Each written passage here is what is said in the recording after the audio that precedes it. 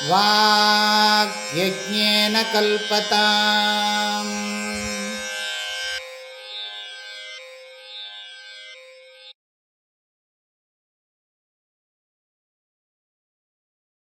ஸ்ரீகாந்தோ மாதுலோ யஸ்ய ஜனனீ சர்வமங்கலா ஜனகः சங்கரோ தேவஸ்தம் வந்தே குஞ்சரானனம். யா தேவி ஸ்தூயதே நித்யம் விபுதைர்வேதபாரகைः सा मे वसतु जिह्वाग्रे ब्रह्मरूपा सरस्वती. श्रीदक्षिणामूर्तिसुदेशिकेन्द्रं द्वैपायनं सूत्रकृतं मुनीन्द्रं श्रीशङ्करं भाष्यकृतं यतीन्द्रं मद्देशिकञ्चापि नमामि विद्यै. श्रीदत्तदेवं ह्यवधूतहंसं श्रीरामकृष्णञ्च सदाशिवेन्द्रं स्वयं प्रकाशाख्यमुनिप्रकाण्डम् अस्मद्गुरून् सन्ततमानतोऽस्मि. त्वमेव माता च पिता त्वमेव बन्धुश्च सखा त्वमेव विद्या द्रविणं त्वमेव सर्वं मम देवदेव. ॐ नमो ब्रह्मादिभ्यो ब्रह्मविद्या सम्प्रदायकर्तृभ्यो वंशऋषिभ्यो महद्भ्यो नमो गुरुभ्यः. सर्वोपप्लवरहितः प्रज्ञानघनः प्रत्यगर्थो ब्रह्मैवाहमस्मि. ஓம். அபரோக்ஷானுபூதி. முதல் ஸ்லோகம். ஸ்ரீஹரிம் பரமானந்தம் உபதேஷ்டாரமீஸ்வரம் வியாபகம் சர்வலோகானாம் காரணம் தம் நமாம்யஹம்.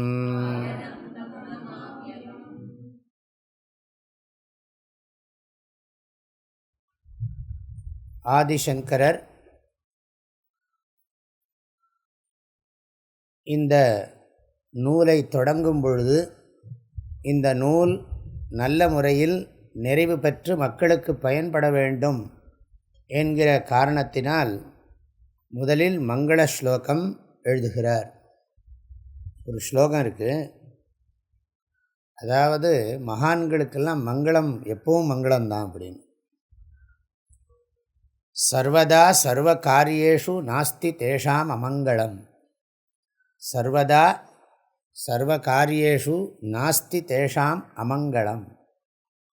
எப்பொழுதும் எந்த காரியத்திலும் அவர்களுக்கு அமங்களம் கிடையாது. ஏன்னா ஏஷாம் ஹிருதிஸ்தோ பகவான் நாராயணோ ஹரிஹி. யாருடைய ஹிருதயத்தில் எப்பவும் கடவுள் இருக்கிறாரோ, யார் கடவுளுக்கு முக்கியத்துவம் தந்து எப்பொழுதும் கடவுளையே சிந்தித்து வாழ்கிறார்களோ அவர்களுக்கு அமங்கலங்கிறது கிடையாது. நிறைய புஸ்தகங்களை பார்த்தோம்னா இந்த விசாரம் இருக்கும். இந்த மங்கள ஸ்லோகம் எதுக்குன்னே பெரிய விசாரம். தர்க்கசாஸ்திரமெல்லாம் எடுத்தால் மங்கள ஸ்லோக விசாரமே பெருசு. பிரம்மசூத்திரம் ஆரம்பிக்கிற போது மங்கள ஸ்லோகமே இல்லை. ஆகையினால இந்த புஸ்தகம் படிக்கக்கூடாது. மங்கள ஸ்லோகம் இல்லாத புஸ்தகத்தை படிக்கக்கூடாது அப்படின்னு ஒரு வாதம். அப்புறம் அது மங்களம் அதில் இருக்குது அப்படின்னு நிரூபிக்கணும். இந்த சாஸ்திரத்துக்கு விஷயமே மங்களகரமானதுனால அதனால் மங்களத்தை முதல்ல சொல்லாட்டாலும் தப்பு இல்லை. இப்படிலாம் பல விசாரங்கள்லாம் இருக்குது. ஆனால் சிஷ்டாச்சாரம்னா என்னன்னா, பரம்பரை சம்பிரதாயம் எந்த ஒரு காரியத்தை தொடங்கினாலும் இறைவனுக்கு நமஸ்காரம் செய்துட்டு தான் தொடங்கணும். சொல்ல போகிறது இறைவனை பற்றி தான் பேச போகிறது. இருந்தாலும் இறைவனுக்கு ஒரு நமஸ்காரத்தை பலவிதமாக சொல்கிறது உண்டு. காளிதாசர் போன்றவங்கள்லாம் பண்ணியிருக்கிறார்கள். மங்களம் எப்படின்னா, அகர முதல எழுத்தெல்லாம் ஆதிபகவன் முதற்றே உலகு. இது மங்களம்தான். அதில் என்ன மங்களம்னு கேட்டால், கடவுளை வழிபடணும்னு சொல்லலை, உலகத்தின் தலைவன் கடவுள், அவ்வளோதான். அப்படி சொன்னாலே போகிறோம். அதுக்கு பேர் வஸ்து நிர்தேசம்னு பேர். மங்கள ஸ்லோகம் 3 விதமாக அமையும். வஸ்து நிர்தேசம், ஆசீர்வாதம், நமஸ்காரம். கடவுளை சிந்தித்தாலே, அதாவது வஸ்து நிர்தேசம்னா வஸ்து இருக்குது, உலகு ஆதிபகவன் முதற்றே, அது எல்லாரையும் அருள் புரியட்டும்னு சொல்லலை, அதை நாம் எல்லோரும் வணங்குவோன்னு சொல்லலை. ஆனால் உலகம் கடவுளை முதலாக கொண்டிருக்கிறது, அவ்வளோதான். அதோடு நிறுத்தினுட்டார். அதுக்கு பேர் வஸ்து நிர்தேச மங்களம்னு பேர். இறைவன் அருளால் எல்லோருக்கும் நன்மை உண்டாகட்டும் அப்படின்னு சொன்னால் அப்படி ஸ்லோகங்களும் இருக்குது. காளிதாசர் போன்றவங்கள்லாம் பண்ணியிருக்கிறார்கள். அந்த மாதிரி ஸ்லோகத்துக்கெல்லாம் பேர் அது ஆசீர்வாத ரூப மங்களம். இறைவன் அருளால் எல்லோரும் நன்மை அடையட்டும். ஆனால் பெரும்பாலான மங்கள ஸ்லோகங்கள்லாம் நமஸ்கார ரூபந்தான். கடவுளையோ குருவையோ இல்லையோ கடவுளையும் குருவையும் சேர்த்தோ நமஸ்காரம் பண்ணுறது தான் சம்பிரதாயம். சிஷ்டாச்சாரம் வருது. சிஷ்டாச்சாரம்னா என்ன அர்த்தம்? எத்யதாச்சரதி ஸ்ரேஷ்டான்னு கீதையில் படிக்கிறோம் இல்லையா? பெரியோர்கள் எதை பண்ணுகிறார்களோ பெரியோர்களை அனுசரித்து நாமளும் அதை கடைப்பிடிக்கிறதுக்கு பேர் சிஷ்டாச்சாரம்னு பேர். ஆகையினால இப்படி சொல்லிகிட்டே இருக்கலாம். இங்கே அவர்களுக்கு நாஸ்தி சர்வதா சர்வகாரியேஷு நாஸ்தி தேஷாம் அமங்கலம். மங்களம்னு சொல்லுவோம், மங்களம்னு சொல்லுவோம். தமிழில் இந்த லா சொல்கிறது, தமிழ்லேயும் கேரளாவிலையும் இந்த லலிதாம்பாங்க, லலிதான்னு கூட சொல்ல மாட்டாங்க. அப்படி ஒரு பழக்கம் இருக்குது இங்கே. இந்த மங்களம்னு சொல்கிறது உண்டு, மங்களம்னு சொல்கிறது. திருமங்கலம், மங்களம்தான் அதிகமாக சாஸ்திரத்தில் எழுதுகிற போது அப்படி தான் எழுதுவோம். இந்த லா போடுறதில்ல. 8 தலைகளாக போட்டு இப்படி ஒரு கோடை போட்டு இப்படி போடுறோம் இல்லையா? தலைகளாக இப்படி போடுவோம். 8 தலைகளாக போடுறதுன்னா 8 படுக்க வைக்கிறது. படுக்க வச்சு அப்படி ஒரு அது அந்த லா தான் இந்த பள்ளிக்கூடத்துக்கு போடுற லா. இதெல்லாம் நான் ரொம்ப சொன்னேன்னா அப்புறம் உங்களுக்கு ஒரு மாதிரி ஆகிடும். ஏன்னா எல்லா லாவும் ஒரே மாதிரி தான் இருக்குது தமிழில். தமிழ் இப்போ பேசுகிறவங்கள்னா இன்னொன்று தமிழுக்கு சிறப்பாக உரிய ழா அது இருக்குது. பழம், வியாழக்கிழமை, ஏழைக்கிழவன், இப்படிலாம் சொல்கிறது இந்த ழா வேறு. ஆக ழா வித்தியாசம் தெரியாதா? எல்லாம் அத்வைத்தமாக இருக்கக்கூடாது. ழா வித்தியாசம் இருக்குது. எனக்கு தெரியுது, நான் வித்தியாசமாக சொல்கிறேன்னு. உங்களுக்கு தெரியுறதா பாருங்க. சில பேருக்கு இது கண்டுபிடிச்சிடுவாங்க, ழா கண்டுபிடிச்சிடுவாங்க. ழாங்கிறது இருக்கே அது கொஞ்சம் சிரமம். பள்ளிக்கூடம் அப்படின்னு சொல்கிறோம் இல்லையா? இருக்கட்டும் இந்த விசாரம். ஆக மங்களம் சிஷ்டாச்சாரத்துக்காக பண்ணுறார். எப்படி முதல்ல பண்ணுறார் பாருங்க. அகம் தம் நமாமி, நான் அவரை வணங்குகிறேன். எவரை நீங்கள் வணங்குகிறீர்கள்? ஸ்ரீஹரியை, பரமானந்தரை, உபதேசிப்பவரை, ஈஸ்வரனை, எங்கும் நிறைந்தவரை, அனைத்து உலகங்களுக்கும் காரணமானவரை, அப்படிப்பட்டவரை நான் வணங்குகிறேன்.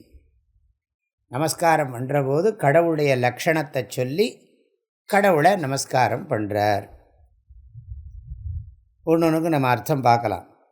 ஸ்ரீஹரிம், ஹரின்னு சொன்னால் நமக்கு தெரியும் எப்போவுமே மகாவிஷ்ணு. மகாவிஷ்ணுங்கிறது நம்ம ஒரு ரூபம் கொடுத்து வச்சுருக்கோம். ரூபம் நம்ம எப்படி இந்த தேசத்தை நம்ம ஒரு அடையாளம் காட்டுறதுக்காக வேண்டி மூவர்ண கொடி வச்சுருக்கோம். 3 வர்ணமோ துணியோ தேசம் இல்லை. 3 வர்ணமோ துணியோ நாடு கிடையாது. அது வெறும் துணி தான். ஆனால் இந்த நாட்டை அது குறிக்கிறது. தேசிய கொடி அப்படின்னு நம்ம வச்சுருக்கோம். பாரத நாட்டின் தேசிய கொடின்னு மூவர்ண கொடியை வச்சுருக்கோம். ஆனால் அந்த மூவர்ண கொடியை நம்ம தேசம் அந்த பார்க்குற போது நம்ம நாட்டையே நினைக்கிறோம். நம்ம நாட்டோட மேப்பே நமக்கு ஞாபகத்துக்கு வரணும். இந்த நாடினுடைய பெருமை, இந்த நாட்டில் இருக்கக்கூடிய பல்வேறு தேசங்கள், பல்வேறு பாஷைகள், பல்வேறு விதமான பழக்க வழக்கங்கள், இத்தனையும் சேர்த்து தான் இந்த தேசத்தை நினைக்கிறோம். அது மாதிரி மகாவிஷ்ணு ரூபமெல்லாம் இருக்குது. வடகல நாமம், தென்கல நாமம். இப்போ 2 கட்டா நாமம் ஒன்று கண்டுபிடிச்சிருக்கான். இது 2 பேருக்கும் வம்பு வர வேண்டான்னு. ஆனால் அது ஒரு குரூப் ஆகிட போகிறது. ஆகையினால நீங்கள் என்ன கண்டுபிடிச்சாலும் சரி, நம்ம எல்லாரையும் ஒற்றுமைப்படுத்தணும்னு ஒன்று கண்டுபிடிச்சிங்கன்னா அதுவும் ஒன்று இருக்கிறதுக்குள்ளே ஒரு குழுவாக மாறுமே தவிர எல்லாம் ஒன்றாக்கக்கூடிய சக்தி விவகாரத்தில் கிடையாது, முடியாது. எத்தனையோ பேர் அப்படிலாம் ட்ரை பண்ணுறாங்க. நாங்கள் எங்கள் குழுவில் எல்லாம் ஒன்றா பண்ணுறோம் அப்படின்னா, அப்போ எல்லாத்தையும் ஒன்றா பண்ணுறது ஒரு குரூப்பு அப்படின்னு ஆயிடுச்சு. பிரித்து பண்ணுறது இது ஒரு குரூப்பு. இப்போ ஹரின்னு சொன்னால் மகாவிஷ்ணு அப்படின்னா மகாவிஷ்ணுன்னு அர்த்தம் இல்லை.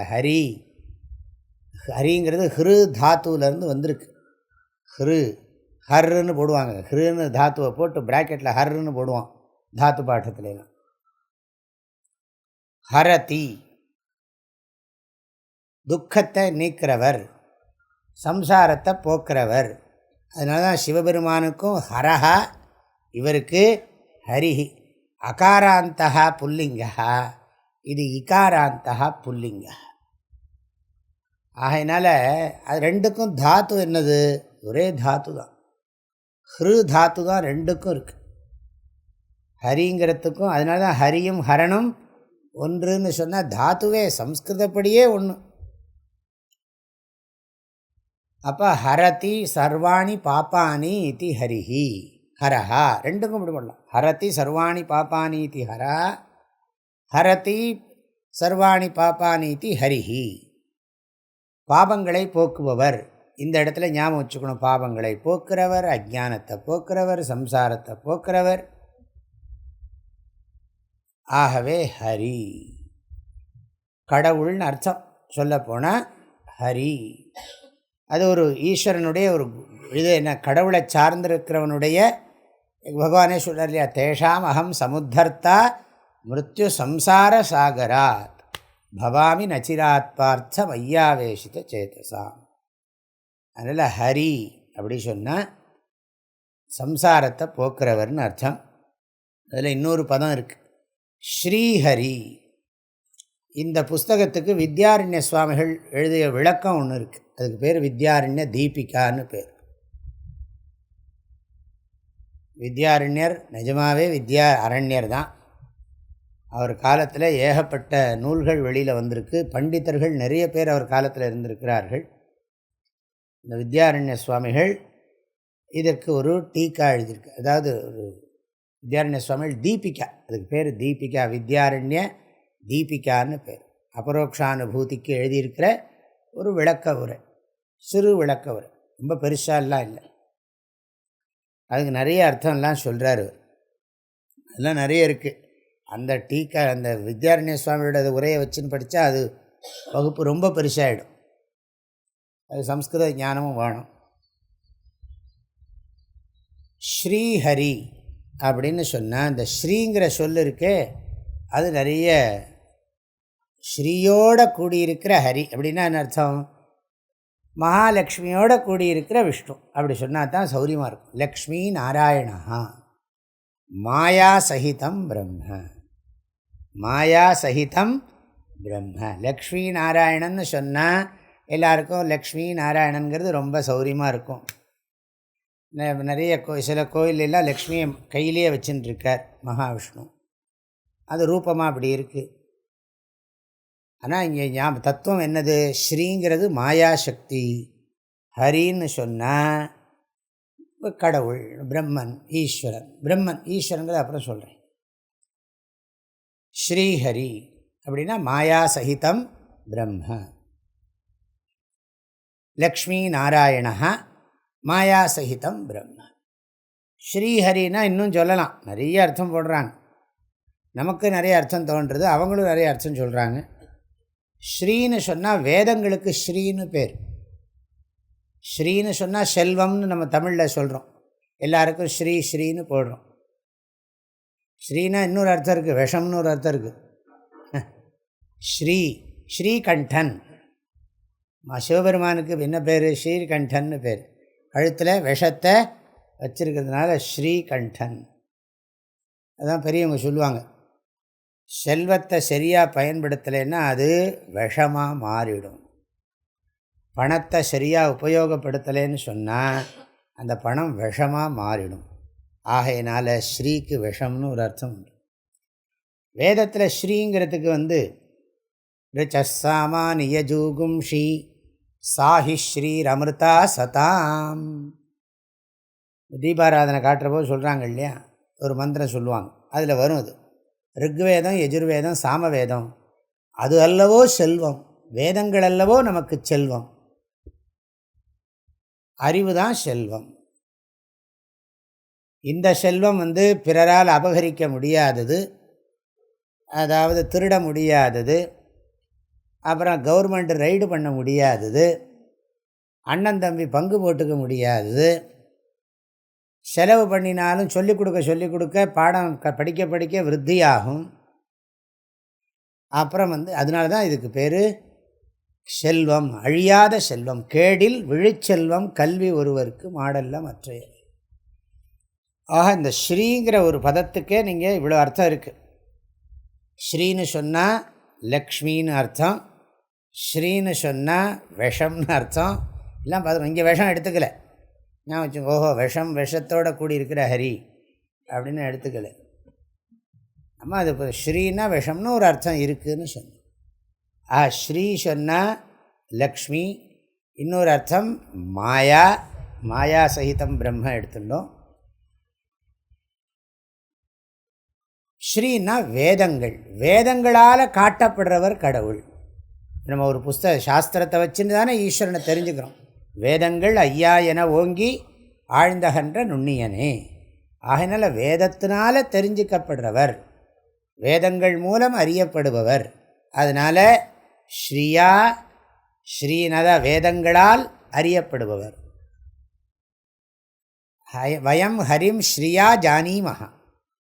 அதனால் நாம் என்ன ஹரியை வேதங்கள் மூலம் தெரிஞ்சுக்கிறோம் அப்படின்னு ஒரு அர்த்தம். அப்புறம் இன்னொரு அர்த்தம் சொல்கிறாங்க.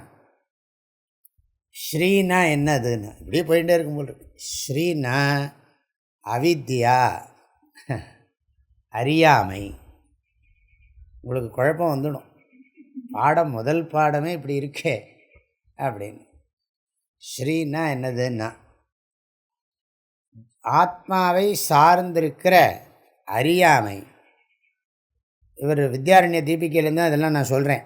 ஸ்ரீயம் ததானம் இது ஸ்ரீஹரிஹி. ஸ்ரீயம் ததான, ஸ்ரீ ஏதாவது ஸ்ரீயோடு இருக்கக்கூடிய, லக்ஷ்மியோடு இருக்கக்கூடிய ஹரி அப்படி ஒரு அர்த்தம்.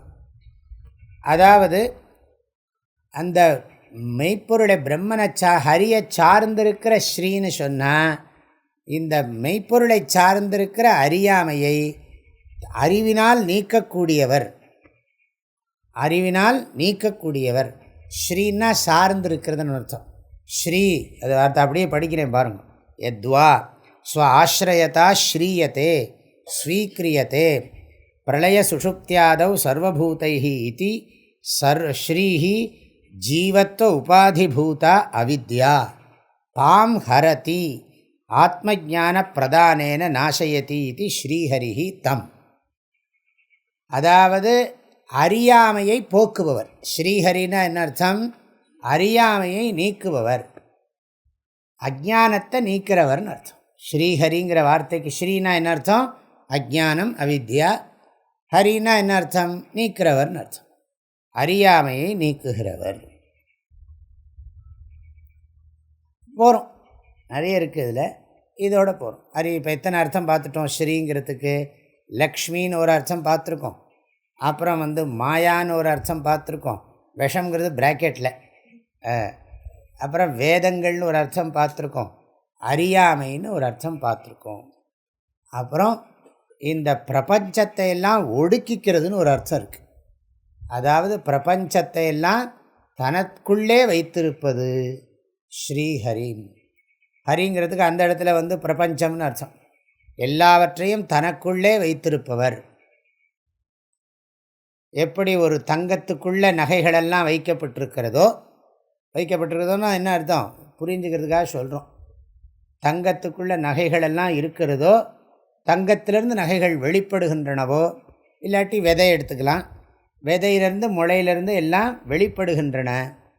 அதற்குள் மரமே அடங்கி இருக்கிறது. அதை போல பிரபஞ்சத்தை தனக்குள்ளே அடக்கி வைத்திருப்பவர் ஸ்ரீஹரி. போரும். ஸ்ரீஹரிம் ஸ்ரீஹரிம் நமாமி. அப்போது எப்படிலாம் சொன்னோம், லக்ஷ்மி நாராயணரை வணங்குகிறேன் அப்படி சொல்லணும். மாயா சகித பிரம்மமாயிருக்கிற கடவுளை வணங்குகிறேன். வேதங்களால் விளக்கி சொல்லப்படுகிற கடவுளை வணங்குகிறேன். அறியாமையை அழிக்கின்ற ஆண்டவனை வணங்குகிறேன். இத்தனை அர்த்தம் வருகிறது. அனைத்திற்கும் ஆதாரமான ஆண்டவனை வணங்குகிறேன் எல்லாம் சொல்லலாம். அதனால் ஆனால் மற்ற வரிகள்லேயும் இந்த விளக்கங்கள் வருகிறது. இருந்தாலும் இந்த முதல் இதுக்கே இவ்வளவு இருக்குது அப்படின்னு தெரிஞ்சுட்டால் நமக்கு ஒரு சந்தோஷம் தானே. அதில் தான் பேர் தான் வித்யானந்தம்னு பேர். வித்யானந்தம்னா ஒரு வேர்டுக்கு நல்ல அர்த்தம் நல்லா புரிஞ்சுட்டோம்னா, தெளிவாக புரிஞ்சுட்டோம்னா அது ஒரு ஆனந்தம் கிடைக்கிறது. கிளாஸ்னால் நமக்கு கிடைக்கிற ஆனந்தம் என்ன? கிடைச்சா அந்த கிளாஸ்னால் நமக்கு கிடைக்கிற ஆனந்தம் என்ன? வித்யா ஆனந்தம். இதை படிக்க படிக்க நம்ம மனசில் ஒரு தெளிவு ஏற்படுறது. தெளிவு ஏற்படுற போது நம்முடைய ஆனந்தம் பிரதிபிம்பிக்கிறது. ஆனந்தத்தை தான் நம்ம தேடின்னு இருக்கோமே. அதனால தான் அடுத்த லைன் பரமானந்தம். ஸ்ரீஹரிம் பரமானந்தம். பரமானந்தம்னு சொன்னால் அழியாத பேரின்பம். அழியாத பேரின்பம், குறைவில்லாதது. மற்ற ஆனந்தமெல்லாம் என்னது? வந்து போகிற ஆனந்தம், அழியிற ஆனந்தம். இந்த ஆனந்தம் அழியாத ஆனந்தம், ஸ்வரூப ஆனந்தம், பரமானந்தம். வாழ்க்கையில் எல்லாரும் என்ன கேட்குறது? நிம்மதியாக இருக்கணும், நிம்மதியாக இருக்கணும். நிம்மதியை தேடினா நிம்மதி எப்படி கிடைக்கும்? அதுதான் தெரியலேன்னா. நிம்மதியை தேடுறது தான் தெரிய மாட்டேங்கிறது. அதுக்கு தான் அபரோக்ஷ அனுபூதி படிக்கணும். ஆக சாஸ்திரம் என்ன சொல்கிறது? நீயே ஆனந்தமாக இருக்கிறாய். பரம ஆனந்தம்னா என்ன அர்த்தம்? மற்ற ஆனந்தமெல்லாம் பரம ஆனந்தம் இல்லை. விஷயானந்தமெல்லாம் பரம ஆனந்தம் இல்லை. ஆத்மாவுடைய ஸ்வரூபம் இது. ஆகினால இறைவன் இன்ப வடிவமாக இருக்கிறார். ஆனந்தோ பிரம்மே திவ்யஜானாத். ஆனந்த ஆத்மா. நம்ம கடவுளை விரும்புகிறோங்கிறதும் ஆனந்தத்தை விரும்புகிறோங்கிறதும் ஒன்று தான். ஏன்னா ஆனந்தம் வேறு, ஆண்டவன் வேறு கிடையாது. ஆண்டவன் அடையிறதுங்கிறது என்ன அர்த்தம்? உண்மையான ஆனந்தத்தை உணர்றதுன்னு அர்த்தம். உண்மையான ஆனந்தம் எங்கே இருக்குன்னா அதுதான் நம்முடைய ஸ்வரூபம். ஓராதார் உள்ளத்துள் ஒளிக்கும் ஒளியானே. உன்னை உணராதவர்களுடைய உள்ளத்திலும் நீ விளங்கி கொண்டிருக்கிறாய். ஆக பரமானந்தம். பரமானந்தம்னு சொன்னால் நிரதிசய ஆனந்தம். அழியாத ஒப்புயர்வற்ற ஆனந்தம். அப்படி அழியாத ஒப்புயர்வற்ற ஆனந்தம், மாறாத ஆனந்தம். சாஸ்திரோபதேசத்தின்படி என்னென்னா, நீ அழுதுகிட்டு இருக்கிற போதும் நீ ஆனந்தம்தான் சொல்கிறது. அப்போ தான் அழுக அதிகமாகுது. நீ அழுதுன்னு இருக்கிற போதும் நீ ஆனந்தம் அழறது. ஆனந்தமாக இருக்கிறனா இப்போ என்ன பண்ணிவிட்டேன்னா, ஆனந்தத்தை தெரியாதனால ஏதோ துக்கத்தை என் மேலே ஏற்றி கொண்டேன். துன்பம் ஆனந்தமான நம்மிடத்தில் ஏற்றுவிக்கப்படுகிறது. ஆனந்தத்தின் மீது துன்பம் கற்பிக்கப்படுகிறது. ஆனந்தத்தின் மீது துன்பம் கற்பிக்கப்படுகிறது. துன்பம் வருகிறது, துன்பம் போகிறது, ஆனந்தம் வருவதும் இல்லை போவதும் இல்லை. அப்போனா நம்ம அனுபவிக்கிற ஆனந்தமெல்லாம் என்னதுன்னா, எது வந்து போகிற ஆனந்தமோ அது ஆனந்தமே இல்லை. ஆனந்தம் மாதிரி தெரிகிற அதுக்கு பேர் ஆனந்த ஆபாசம்னு பேர்.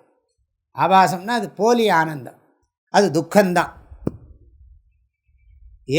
ஏஹி சம்ஸ்பர்ஷஜா போகாக துக்கயோனே ஏவத்தே. ஆகையினால அழியாத ஒப்புயர்வற்றன்னு அர்த்தம், அதுக்கு சமமாவோ அதுக்கு மேலேயோ கிடையாது. ஆகையினால பரமானந்தம். ஸ்ரீஹரிம் பரமானந்தம். பரமானந்தத்தை நமஸ்காரம் பண்ணுறேன் அப்படின்னா என்ன அர்த்தம்? அவருக்கு விஷயம் தெரியும். நமஸ்காரம் பண்ணுறேன்னா நான் நினைக்கிறேன், தியானம் பண்ணுறேன். ஸ்ரீஹரிம் பரமானந்தம். அடுத்தது உபதேஷ்டாரம் இருக்குது, கடைசியில் சொல்கிறேன். ஈஸ்வரம். ஈஸ்வரம்னா இந்த உலகத்தை படைத்து காத்து மறைத்து அருளுகின்றவரை. ஈஸ்வரன்னா ஆள்றவர் அர்த்தம், ரூலர், கண்ட்ரோலர். ஈஸ்வரம், ஈஸ்வரனை, அவர் தான் ஈஸ்வரனாக இருக்க. ஒரே வஸ்து தான், ஒரே வஸ்துவை நம்ம என்ன சொல்கிறோம், இப்படியெல்லாம் நம்ம பல பெயர்களால் பல கோணங்களில் பல ஸ்வரூபத்தை பல லக்ஷணங்களால் சிந்தனை பண்ணுறோம். ஆஹா, ஸ்ரீஹரிம் பரமானந்தம் ஈஸ்வரம்.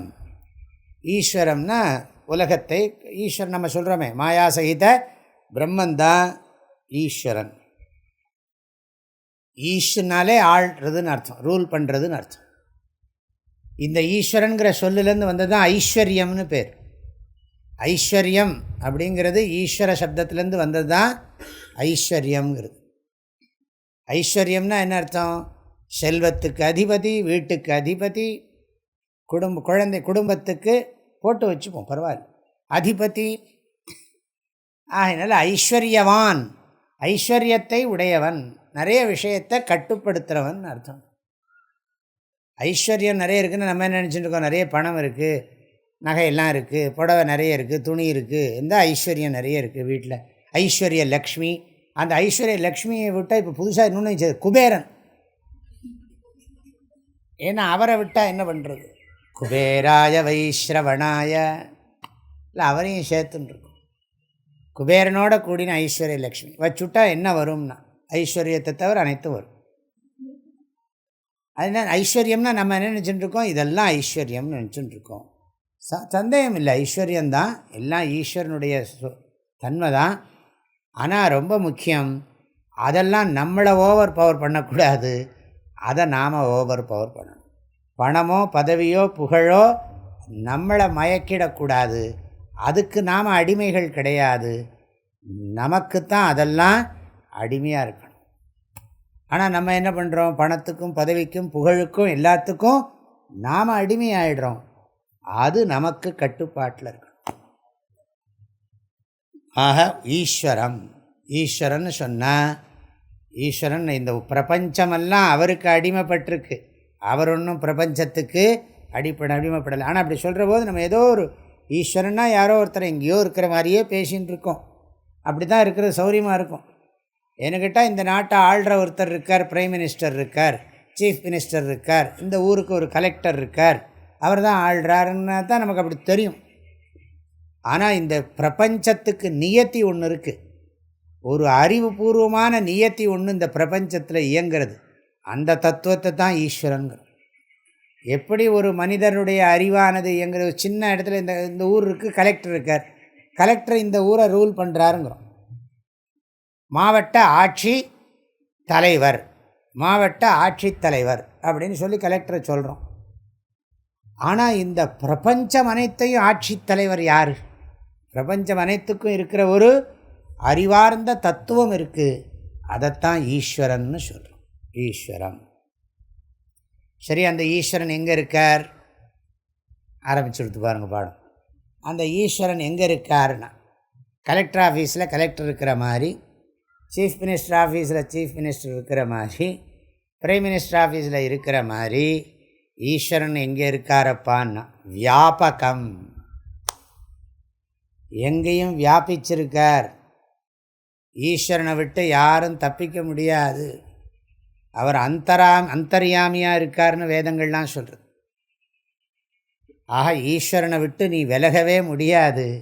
அவர் சர்வவியாபி, எங்கும் நீக்கமர நிறைந்திருக்கிறார். ஸ்ரீஹரிம் பரமானந்தம் ஈஸ்வரம் வியாபகம். ஏதோ ஒரு குறிப்பிட்ட இடத்துல, ஒரு குறிப்பிட்ட வடிவத்தில், ஒரு குறிப்பிட்ட காலத்தில் இருக்கிறவரில் ஈஸ்வரம் வந்தார். ஈஸ்வரன் என்ன மீரா தியாகராஜர் பாடினார், ராமர் வந்தார், ராமர் போயிட்டார், தியாகராஜரும் போயிட்டார். அது ஏதோ இது கேட்குறதுக்கு சரியாக தான் இருக்குது. கிருஷ்ணர் வந்தார், பக்தர்களுக்காக கிருஷ்ணர் வந்தார், காட்சி கொடுத்தார். அப்புறம் என்னாச்சு? அப்போ கிருஷ்ணர் ஒரு லொக்கேட்டட் ஆகிட்டார். ஒரு குறிப்பிட்ட இடத்துல, ஒரு குறிப்பிட்ட வடிவத்தில், குறிப்பிட்ட காலத்தில் காட்சி தர்றார். நீங்கள் இதை பூஜையெல்லாம் பண்ணிட்டு தூங்கினா கனவுல கூட வரலாம். ஆனால் கடவுளுடைய உண்மையான தத்துவம் என்னதுன்னா, அப்படி இல்லைப்பா, அவர் எங்கும் நீக்கமர நிறைந்திருக்கிறார். வியாபகம். அது மாத்திரமில்லை, வியாபகம். அவர்தான் அனைத்து உலகங்களுக்கும் காரணமாக இருக்கிறார். சர்வலோகானாம் காரணம். இதெல்லாம் காரியம். இந்த எல்லாம் நம்ம வேற்றுமைகளெல்லாம் காரியம். வேற்றுமைகளுக்கு ஆதாரம் காரணம். அது வேற்றுமை அனைத்திலும் வியாபித்திருக்கிற ஒற்றுமை. வியாபிச்சிருக்கிறது வேற, வியாபிக்கப்பட்டிருக்கிறது வேற நம்ம நினைக்க தோணும். ஆனால் அதுவும் இல்லை. வியாபிய வியாபக பேதகான்னா துவைதம் வந்துடுத்து, அத்வைதம் அவுட்டு. வியாபிய வியாபக பேதா. தங்கம் நகை முழுவதும் வியாபித்திருக்கிறது. நகை வியாபிக்கப்பட்டு, தங்கம் வியாபிக்கிறது, நகை வியாபிக்கப்பட்டிருக்கிறது. அப்படி ஒரு பொருள் இருக்கா என்ன நகைன்னு? தங்கத்துக்கு அந்நியமாக நகை இல்லாத மாதிரி இந்த பிரபஞ்சத்துக்கு அந்நியமாக ஒன்றும் கிடையாது. நம்ம இதுக்கு உதாரணம் நம்ம கனவு தான். நம்ம கனவு முழுக்க வியாபிச்சிருக்கிறது யார்? நான் தான். கனவில் வேற்றுமையெல்லாம் தெரியுது. முழிச்சு பார்த்த உடனே கனவு கனவாக தான் தெரியுது, கனவு உண்மை இல்லைன்னு தெரியுது.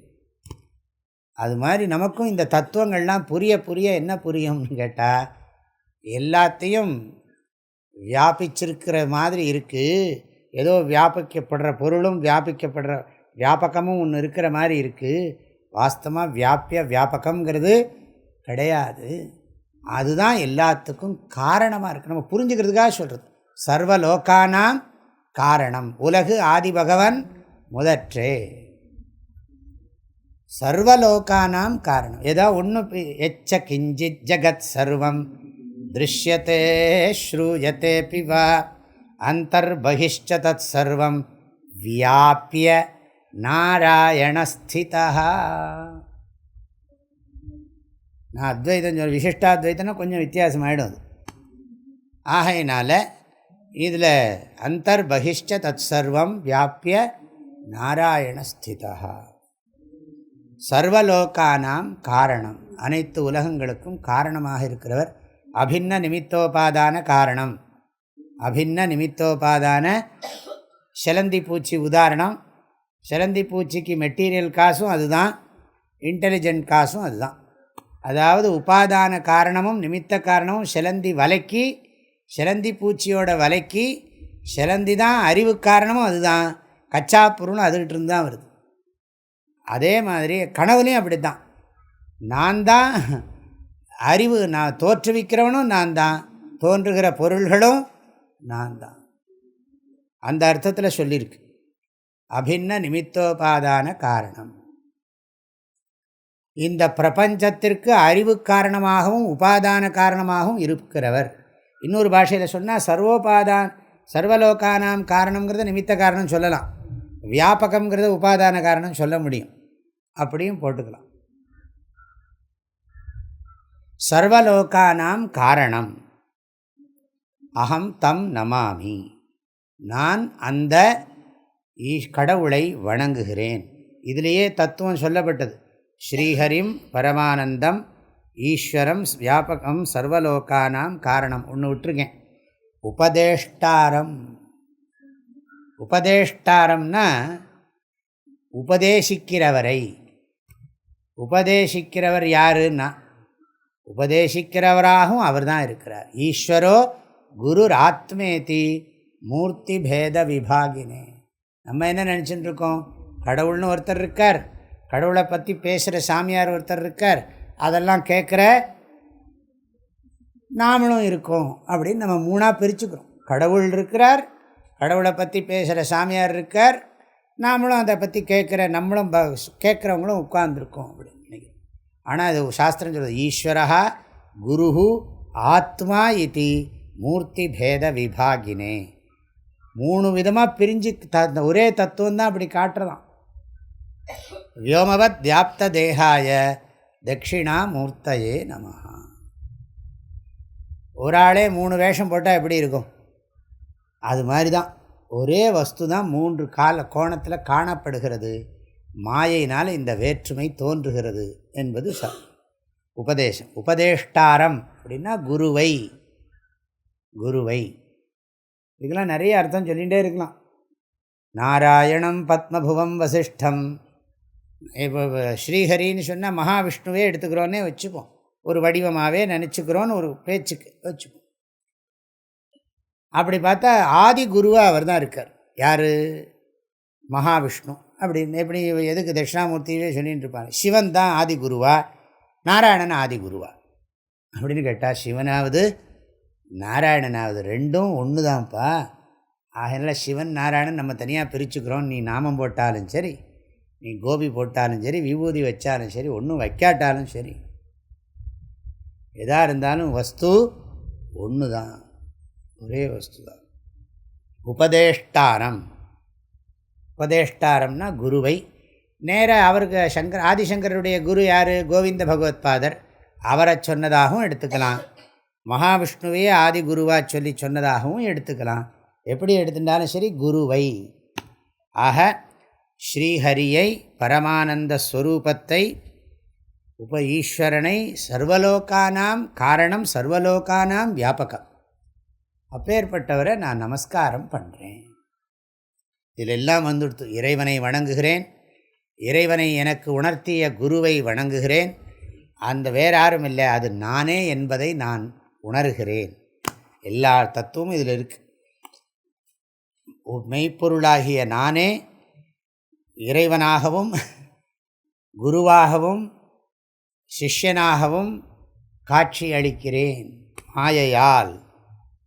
மெய்ப்பொருளாகிய நானே இறைவனாகவும் குருவாகவும் சிஷ்யனாகவும் மாயையால் காட்சி அளிக்கிறேன். என்ன பிரமாணம்னா, விஸ்வம் பஷ்யதி காரிய காரணதயா ஸ்வஸ்வாமி சம்பந்ததா சிஷ்ய ஆச்சாரியதயா ததா பித்ருபுத்ராதி பேததா சிஷ்யாச்சாரியதயா ததா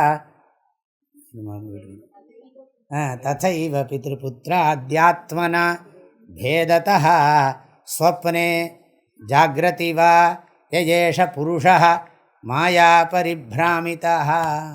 இந்த ஸ்லோகத்தை மறந்தீங்கன்னா போச்சு. இந்த ஸ்லோகம்தான் ரொம்ப முக்கியம். இந்த ஸ்லோகம் எல்லாம் ஒன்றுன்னு சொல்லுகிறது. தட்சிணாமூர்த்தி ஸ்தோத்திரத்தில் இது இருக்குது. இனி அடுத்த ஸ்லோகம் படிக்கலாம். ஆக இது மங்கள ஸ்லோகம். அவர்களை நமஸ்காரம் பண்ணுறேன். நமஸ்காரம் பண்ணியாச்சு. அடுத்த ஸ்லோகம் படிக்கணும். மங்கள ஸ்லோகத்தை போல இந்த 2வது ஸ்லோகத்துக்கு அப்புறம் 11வது ஸ்லோகம் வரைக்கும் 10வது ஸ்லோகம் வரைக்கும் 10வது ஸ்லோகம் வரைக்கும் முகவுரை. இந்த இந்த சாஸ்திரத்தை படிக்கிறதுக்கு என்னெல்லாம் நமக்கு தேவை, தெரிஞ்சிருக்கணும் அப்படிங்கிற விஷயங்கள்லாம் சொல்லப்படுகிறது. ஸ்லோகத்தை சொல்கிறேன், அப்புறம் அர்த்தம் பார்க்கணும். அபரோக்ஷானுபூதிர்வை ப்ரோச்யதே மோக்ஷசித்தயே சத்பிரேவ பிரயத்னேன வீக்ஷணீயா முहुर्मुहुः. அபரோக்ஷானுபூதிர்வை ப்ரோச்யதே மோக்ஷசித்தயே சத்பிரேவ பிரயத்னேன வீக்ஷணீயா முहुर्मुहुः.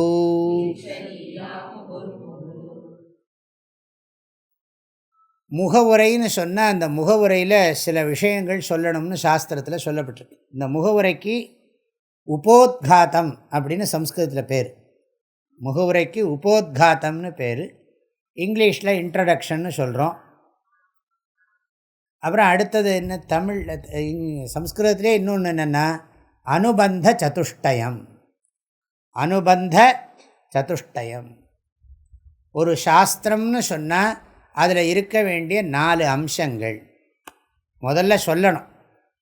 4 விஷயங்கள் முதல்ல சரியாக சொல்லணும். அப்படி சொன்னால் தான் அது புஸ்தகத்தை படிக்கிறத பற்றி தீர்மானம் பண்ணலாம். அடுத்த கிளாஸுக்கு வரலாமா வேண்டாமாங்கிறத முடிவு பண்ணலாம்.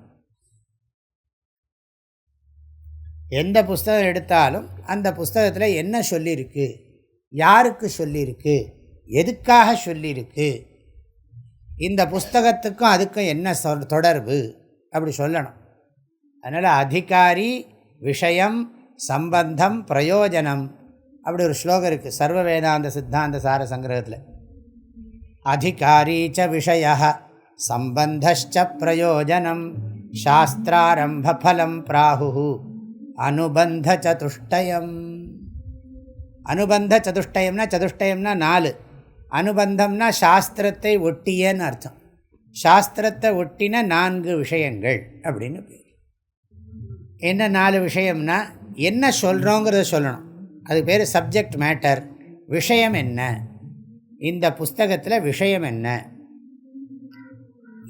இந்த விஷயத்திற்கு, இந்த விஷயத்தை படிக்கிறதுக்கு யாருக்கு தகுதி இருக்குது, யாருக்கு இந்த விஷயம் புரியும், யாருக்கு இந்த விஷயம் புரியும், யாருக்கு இந்த விஷயம் பிரயோஜனத்தை கொடுக்கும், யாருக்கு இந்த விஷயம் புரியும், இந்த விஷயத்தினால என்ன பிரயோஜனம், அந்த விஷயம், அந்த பிரயோஜனம் யாருக்கு கிடைக்கும். ஆக 3 சொல்கிறோம். அதிகாரி, விஷயம், பிரயோஜனம். முதல்ல விஷயம் போட்டுக்கணும். விஷயம், அப்புறம் என்னது பிரயோஜனம், அப்புறம் என்னது அதிகாரி. இல்லை, விஷயம் போட்டு அதிகாரி போடலாம், பிரயோஜனம். அப்புறம் இன்னொன்று ரொம்ப டெக்னிக்கலாக சொல்லுவாங்க, சம்பந்தம்னு பேர். அதாவது இந்த புஸ்தகத்துக்கும் இந்த விஷயத்துக்கும் என்ன சம்பந்தம். ரொம்ப அதை பற்றி வேண்டாம், நமக்கு இது 3 போகிறோம். விஷயம், பிரயோஜனம், அதிகாரி, இந்த 3 போகிறோம். அதை பற்றி தான் இங்கே சொல்கிறார் இந்த ஸ்லோகத்தில். நான் சொல்ல போகிற விஷயம் அபரோக்ஷானுபூதி. அபரோக்ஷானுபூதிர் வை, வைன்னு இருக்குது. வைனா வைனா கீழே வைன்னு அர்த்தம் இல்லை.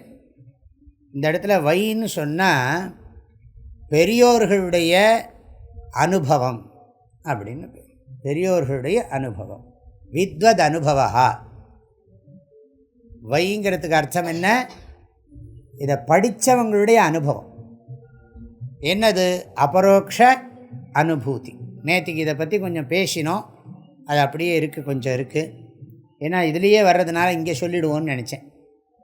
அபரோக்ஷ அனுபூதிங்கிறதுக்கு நேற்றுக்கு அர்த்தம் பார்த்தோம். இந்த புஸ்தகத்தில் விஷயம் என்னென்னா அபரோக்ஷ அனுபூதி தான் விஷயம்.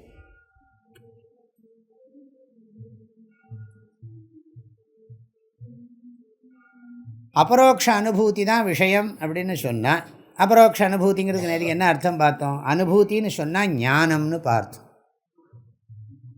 ஞானம். அப்புறம் என்ன ஞானம்னா அபரோக்ஷ ஞானம்னு பார்த்தோம். எதை பற்றின அபரோக்ஷ ஞானம்னு பார்த்தோம், பிரம்மத்தை பற்றின அபரோக்ஷ ஞானம்.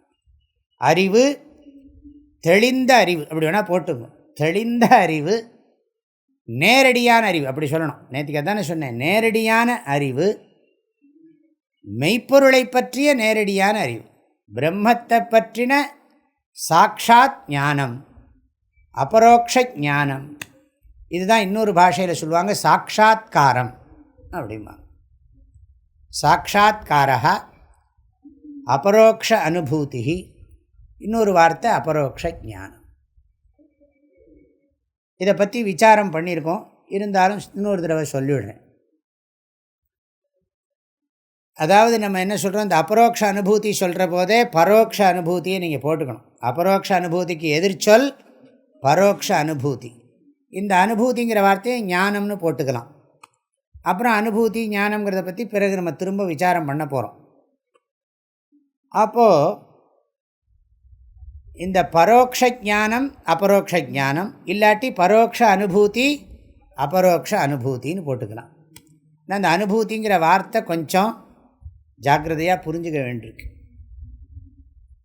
அனுபவத்தையும் ஞானத்தையும் நமக்கு பிரிக்க முடியாது.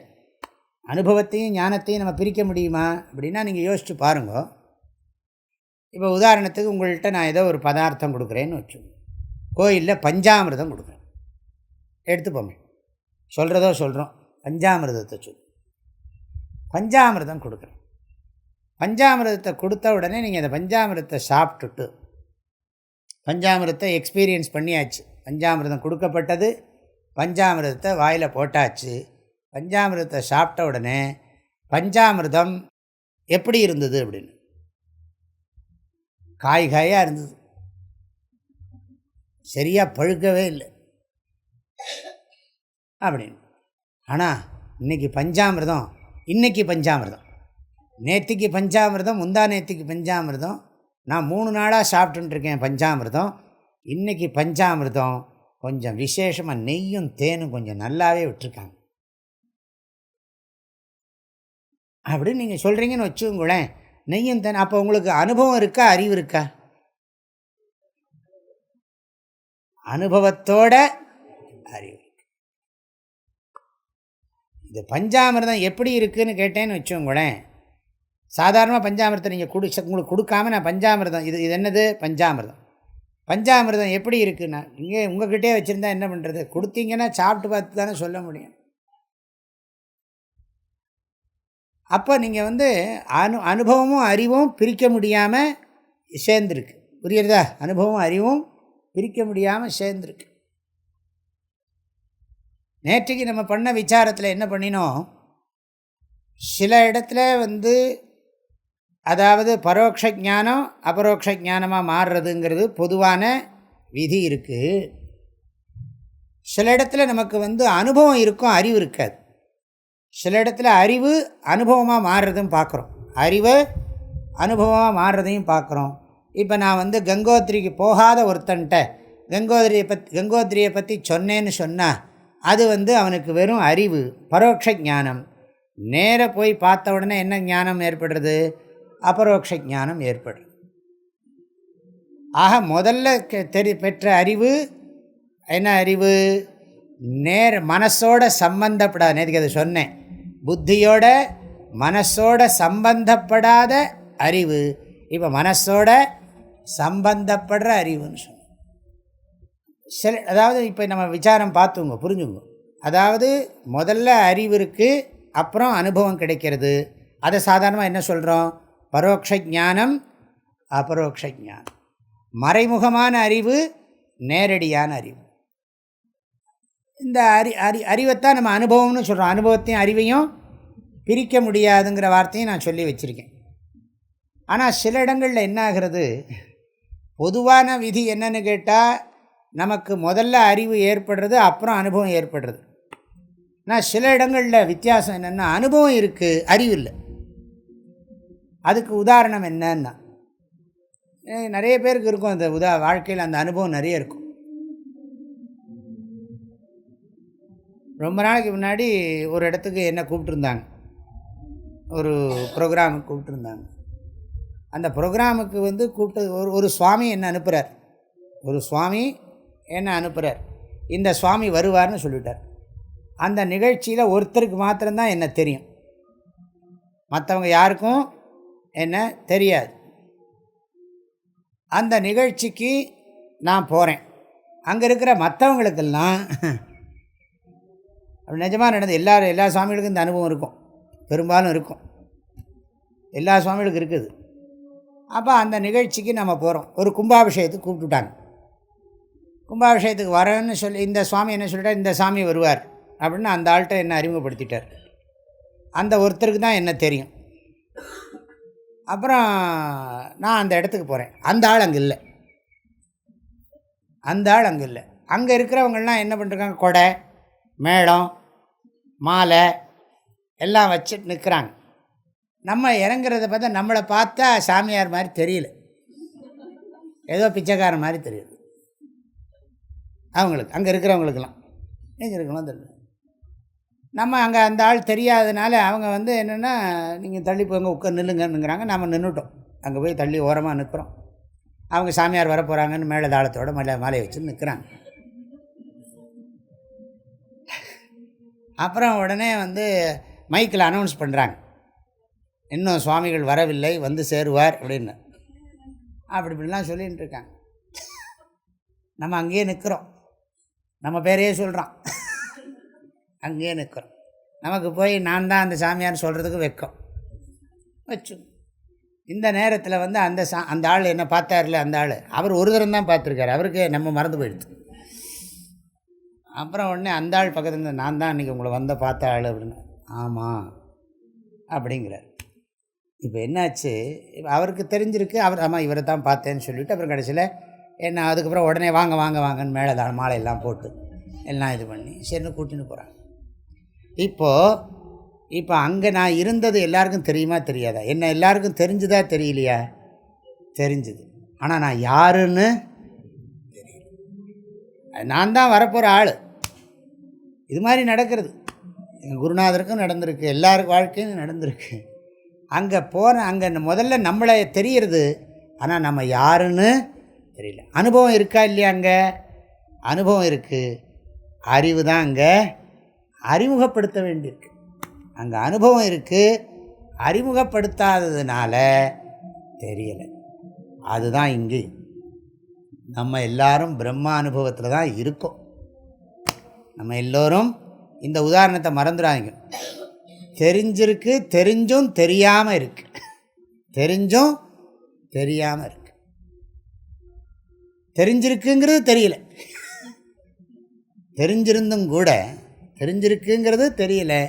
அனுபவம் இருக்குது, ஆனால் அறிமுகம் இல்லை. அதனால் அது அறிமுகப்படுத்தப்பட வேண்டியிருக்கு. இங்கே இந்த அபரோக்ஷானுபூத்தின்னா என்ன அர்த்தம்? இந்த சிஷ்யனை பார்த்து குரு சொல்றார், நீ தான் பிரம்மன், அதை எப்படி புரிய வைக்கிறதுன்னு நான் உனக்கு சொல்லிக் கொடுக்குறேன். உனக்கு நீ பிரம்மன் தான், நான் இருக்கேங்கிற அனுபவம் இருக்கு இல்லையா? அந்த நான் இருக்கிறேங்கிற அனுபவம் வேறு, பிரம்ம அனுபவம் வேறு கிடையாது. அகமஸ்மிங்கிற அனுபவம் தான் பிரம்மானுபவம். அகமஸ்மிங்கிற அனுபவம் எல்லாருக்கும் இருக்கா இல்லையா? அகமஸ்மி, நான் இருக்கிறேன். நான் இருக்கிறேங்கிற அனுபவம் எல்லோருக்கும் இருக்கிறது. அந்த நான் இருக்கிறேன் என்கிறது அனுபவம் தான் பிரம்மானுபவம். இல்லை அகமஸ்மிங்கிற அனுபவம் இருக்குது, அகம் பிரம்மாஸ்மி அனுபவம் இல்லைன்னா அங்கே தான் தகராறு பண்ணுறோம். அகமஸ்மி தான் பிரம்மாஸ்மி. அகம் நான் இருக்கிறேன் என்கிற அனுபவம் வேறு, பிரம்மனாக இருக்கிறேன் என்கிற அனுபவம் வேறு கிடையாது. நான் இருக்கிறேன் என்கின்ற அனுபவம்தான் பிரம்மானுபவம். நான்கிறத எதோடையோ சேர்த்துன்னு இருக்கோம், அதை பிரிக்கணும். நம்ம பண்ண வேண்டிய வேலை என்னென்னா, தேவையில்லாதோட சேர்த்துன்னு இருக்கோம். நான் உங்களை பார்த்து சொல்கிறேன், நீங்கள் நிறைவானவர்கள் அப்படின்னா, நீங்கள் ஏதோ ஜோசியத்தை பார்த்து குறையோடு வந்திருக்கீங்க. நான் உங்களை பார்த்து உங்களுக்கு ஒரு குறையும் கிடையாது, சனியே கிடையாது, ராகுவும் கிடையாது, உங்களுக்கு ஒரு தோஷமும் கிடையவே கிடையாது, நீங்கள் நித்திய சுத்த புத்த முக்த பரிபூர்ண சச்சிதானந்த அத்வைத பரபிரம்மன் அப்படின்னு நான் சொன்னேன்னு வச்சுங்களேன், என்னை பார்த்து இறக்கப்படுவீங்க.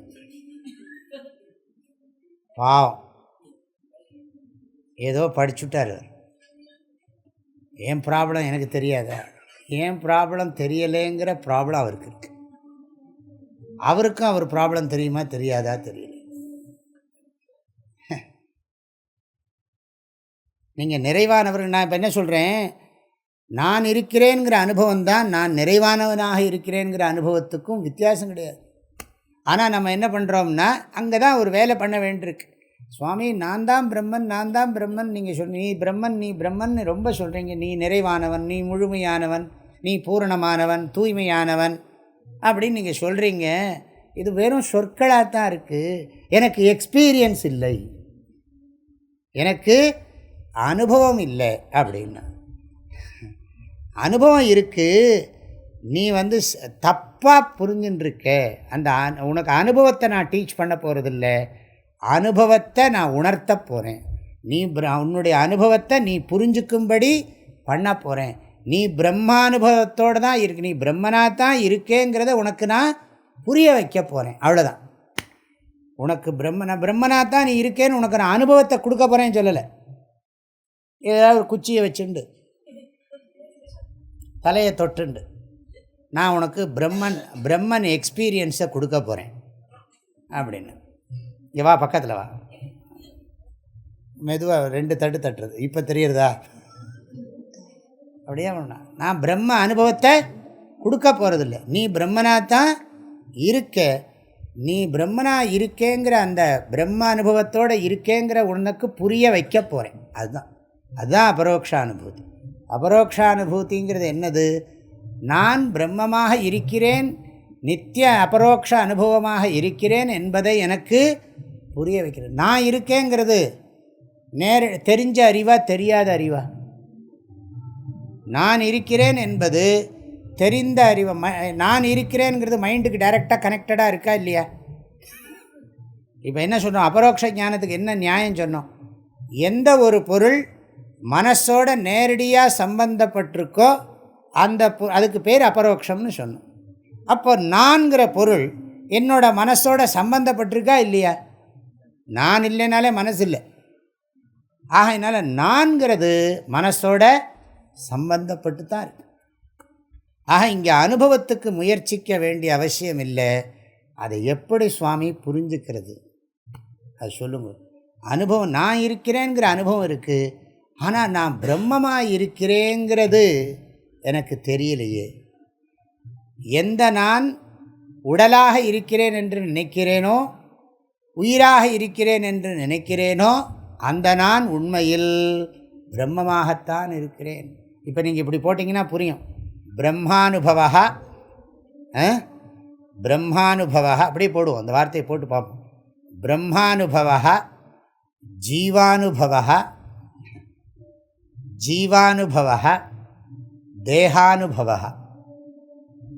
பிரம்மானுபவா, ஜீவானுபவா, தேகானுபவா. நான் உணர்வுங்கிற அனுபவம் இருக்கா இல்லையா? நான் உணர்வுங்கிற அனுபவம் இருக்குது. அதுதான் அந்த அகம். நான் உணர்வா இங்கிலீஷில் சொன்னால் கான்ஷியஸ்னஸ். நான் கான்ஷியஸ்னஸ்ஸாக இருக்கேனா இல்லையா? நான் கான்ஷியஸாக இருக்கிறதுனால கான்ஷியஸ்னஸ் இல்லாமல் கான்ஷியஸ் இருக்காது. புரியுறது இல்லையா? கான்ஷியஸ்னஸ் இல்லாமல் கான்ஷியஸ் இருக்குமோ? உணர்வு இல்லாமல் நான் உணர்பவனாக இருப்பேனா மாட்டேனா?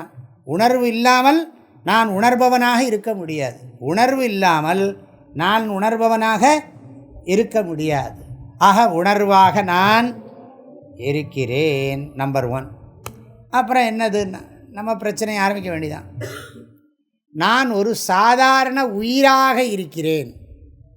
நான் ஒரு சாதாரண அல்ப ஜீவா, நான் ஒரு சாதாரண உயிராக இருக்கிறேன். இது அனுபவமா இல்லையா? உணர்வாக இருக்கிறேங்கிற அனுபவம் இருக்கா இல்லையா? சந்தேகம் இருக்கா? இதுக்கு தான் அபரோக்ஷானுபூதி. உணர்வாக இருக்கிறேங்கிற அனுபவம் இருக்குது. அப்புறம் நான் உயிராக இருக்கிறேங்கிற அனுபவம் இருக்குது. நான் உடம்பாக இருக்கேங்கிற அனுபவம் இருக்குது. நான் ஆணாக இருக்கேங்கிற அனுபவம் இருக்குது. நான் பெண்ணாக இருக்கேங்கிற அனுபவம் இருக்குது. அபரோக்ஷ அனுபூதி புரிய மாட்டேங்கிறதுங்கிற அனுபவம் இருக்குது. அபரோக்ஷ அனுபூதி அறகுறையாக புரியறதுங்கிற அனுபவம் இருக்குது. எத்தனை அனுபவம் இருக்குது இப்போது? எல்லாம் இருக்கா இல்லையா? நான் சொன்ன அத்தனை அனுபவம் இருக்கா இல்லையா? நான் உணர்வாக இருக்கிறேங்கிறது அனுபவமாக இல்லையா? இனிமேல் நீங்கள் அனுபவத்துக்கு ட்ரை பண்ணுவீங்களா? சுவாமிஜி நீங்கள் இந்த சொல்லி கொடுத்துட்டீங்க, ஆனால் இன்னும் அனுபவத்துக்கு வரல. அடி கிடைக்கும். அனுபவம் இருக்குது. ஆக நான் உணர்வாக இருக்கிறேன், நான் உணர்வாக இருக்கிறேன், நான் உயிராக இருக்கிறேன், நான் உடலாக இருக்கிறேன், ஆணாக இருக்கிறேன், பெண்ணாக இருக்கிறேன். ஞாபகம் வச்சுங்கோ, இந்த உணர்வுங்கிறது ஒன்று இல்லாமல் எதையும் நீங்கள் உணர்வுங்கிற அனுபவம் இல்லாமல் உயிருங்கிற அனுபவம் இல்லை. இந்த அனுபவமெல்லாம் உண்மையான அனுபவம் இல்லை. இந்த அனுபவத்துக்கெல்லாம் ஆதாரமான அனுபவம் உணர்வு நான் என்கிற அனுபவம். உணர்வே நான். இந்த உணர்வே இப்போ திடீர்னு பிரம்மங்கிறீங்க, உணர்வுங்கிறீங்களேன்னா, உணர்வு வேற, பிரம்மம் வேற இல்லை. அதுக்கு பிரமாணம் பிரஜானம் பிரம்ம. பிரஜானம் பிரம்ம, உணர்வே பிரம்மம்னு இருக்கு. ஐத்தரேயம் உபனிஷத் சொல்லியிருக்கு. ஆகையினால இதை பற்றிய விஷயத்தை நாம் இன்னும் பார்ப்போம். அபரோக்ஷ அனுபூதியில் நிற்கிறோம். அபரோக்ஷ அனுபூதி தான் விஷயம். சரி சுவாமி, இதை எப்படி இதை வச்சுக்கிறது? எல்லாரும் அதானே கேட்குறாங்க. அதுக்கு என்ன பயிற்சி பண்ணுறது? ஒரு பயிற்சியும் இல்லை. தொடர்ந்து கிளாஸை அட்டன் பண்ணுறது, வகுப்பை தொடர்ந்து கேட்டுண்டே இருந்தால் இந்த எண்ணம் பலமாகும். அது அபரோக்ஷ அனுபூதிக்கு ஒரு வியாக்கியானக்காரர் சொல்கிறார், அனுபூதிங்கிறது அகண்டாக்கார விருத்திங்கிறார். நான் ஆத்ம ஆனந்த ஸ்வரூபங்கிற அகம் பிரம்மாஸ்மிங்கிற அனுபவத்தினுடைய அகண்டாக்கார விருத்திங்கிறார். அதாவது தன்னை குறைவாக நினைக்கிறதுலேருந்து நிறைவாக நினைக்கும் எண்ணம், தன்னை குறைவாக எண்ணும் எண்ணத்தை நீக்கி நிறைவாக எண்ணும் எண்ணம். நாளைக்கு தொடர்ந்து பார்க்கலாம். மணி ஆயிடுச்சு. ஈஸ்வரோ குருராத்மேதி மூர்த்தி பேத விபாகினே வ்யோமவத் வியாப்த தேகாய தட்சிணாமூர்த்தஜே நமஹ. ஐயனே எனதுள்ளே நின்று அனந்த ஜன்மங்களாண்ட மெய்யனே உபதேசிக்க வெளிவந்த குருவே போற்றி. உய்யவே முக்தி நல்கும் உதவிக்கோர் உதவினாயேன் செய்யுமாறொன்றும் காணேன் திருவடி போற்றி போற்றி. மூர்த்தி எல்லாம் வாழி எங்கள் மோன குருவாழி, அருள் வார்த்தை என்றும் வாழி அன்பர் வாழி பராபரமே. ஓம் சாந்தி ஷாந்தி ஷாந்தி. ஹரி ஓம். ஆதிகுருநாத ஸ்வாமிக்கு